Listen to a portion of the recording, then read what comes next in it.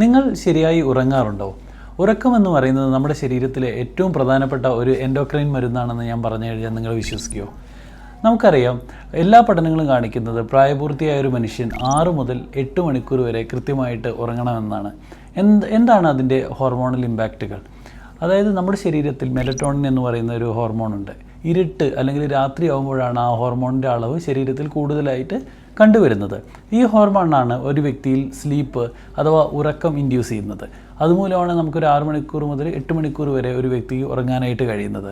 എന്നാൽ കൃത്യമായിട്ടുള്ള ഉറക്കം വന്നിട്ടില്ലെങ്കിൽ അത് നമ്മുടെ എല്ലാ ഹോർമോണൽ സിസ്റ്റത്തെയും വളരെ പ്രതികൂലമായിട്ട് ബാധിച്ചു എന്ന് വരാം. ഉദാഹരണമായിട്ട് നമ്മുടെ ശരീരത്തിൽ പല ഹോർമോണുകളുണ്ട്. വിശപ്പ് വല്ലാതെ ഉണ്ടാക്കുന്ന ഹോർമോണുകളാണ് ഗ്രലിൻ എന്നൊക്കെ പറഞ്ഞ ഹോർമോണുകളുണ്ട്. അത്തരം ഹോർമോണുകളുടെ അളവ് വല്ലാതെ കൂട്ടും ഉറക്കമില്ലായ്മ അല്ലെങ്കിൽ സ്ലീപ്പ് കുറയുമ്പോൾ. അതേസമയം നമ്മുടെ വിശപ്പ് കുറയ്ക്കുന്ന ഹോർമോണായ ലെപ്റ്റിൻ മുതലായ ഹോർമോണുകളുടെ അളവ് കുറയ്ക്കും. അങ്ങനെ വിശപ്പ് വല്ലാതെ കൂടുകയും കൂടുതൽ അമിതഭാരമൊക്കെ ഉണ്ടാകാനുള്ള സാധ്യതയും ഉറക്കം കുറഞ്ഞവരിൽ കണ്ടുവരുന്നുണ്ട്.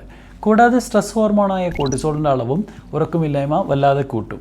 അതുപോലെ ഗ്രോത്ത് ഹോർമോണിൻ്റെ സെക്രീഷൻ അല്ലെങ്കിൽ നമ്മുടെ ചെറിയ കുട്ടികളാണ് അവരുടെ ഹൈറ്റിനെയൊക്കെ സ്വാധീനിക്കുന്ന ഗ്രോത്ത് ഹോർമോണിൻ്റെ സെക്രീഷനും ഉറക്കവുമായി ബന്ധപ്പെട്ടിട്ടുള്ളതാണ്. ഉറക്കം വളരെ നല്ല രീതിയിൽ ഇല്ലെങ്കിൽ അവരുടെ ഗ്രോത്ത് ഹോർമോണിൻ്റെ സെക്രീഷൻ കുറയുകയും അത് കുട്ടികളിലും മുതിർന്നവരിലും നല്ലതല്ലാത്ത ഇഫക്റ്റുകളാണ് പൊതുവെ ഉണ്ടാക്കുക. ഇൻസുലിൻ സെൻസിറ്റിവിറ്റി, അതായത് ഇൻസുലിൻ്റെ ആക്ഷനൊക്കെ വളരെ മോശമായിട്ട് കുറയ്ക്കുക, ഇൻസുലിൻ സെൻസിറ്റിവിറ്റി കുറയ്ക്കുക, അതുപോലെ ഇൻസുലിൻ റെസിസ്റ്റൻസ് കൂട്ടുക, ഈ ഇഫക്റ്റൊക്കെ പൊതുവിൽ ഉറക്കമില്ലായ്മ മൂലം ഉണ്ടാകുന്നുണ്ട്. ഇതുകൊണ്ട് തന്നെ കൃത്യമായിട്ടുള്ള ഹോർമോണൽ ബാലൻസ് ഉള്ള ഒരു ജീവിതത്തിന് നമ്മൾ ആദ്യം തന്നെ പേഷ്യൻസിനോട് പറയുന്നത് അവരൊരു സിസ്റ്റമാറ്റിക് ആയിട്ടുള്ള ഉറക്കം 6 മുതൽ 8 മണിക്കൂറെങ്കിലുമുള്ള ഉറക്കം കൈവരിക്കേണ്ടത് അത്യാവശ്യമാണ്. ഇതുപോലെ പ്രീ ഡയബറ്റിക് ആയ പേഷ്യൻസിന് അല്ലെങ്കിൽ അവരുടെ HbA1c 6.4 താഴെയും 5.7 മുകളിലും ആണെങ്കിൽ അത്തരക്കാർ അവരുടെ ഉറക്കവും ക്രമീകരിച്ച് അതിനോടൊപ്പം എക്സസൈസും ഡയറ്റും ക്രമീകരിച്ചാൽ മാത്രമേ അവരുടെ സ്ട്രെസ് ഹോർമോൺ ലെവലൊക്കെ കുറഞ്ഞ് പ്രീ ഡയബറ്റീസ് റിവേഴ്സ് ചെയ്ത് പൂർണ്ണമായും ഭേദമാക്കാനായി സാധിക്കൂ. Thank you. Stay healthy. Follow for more.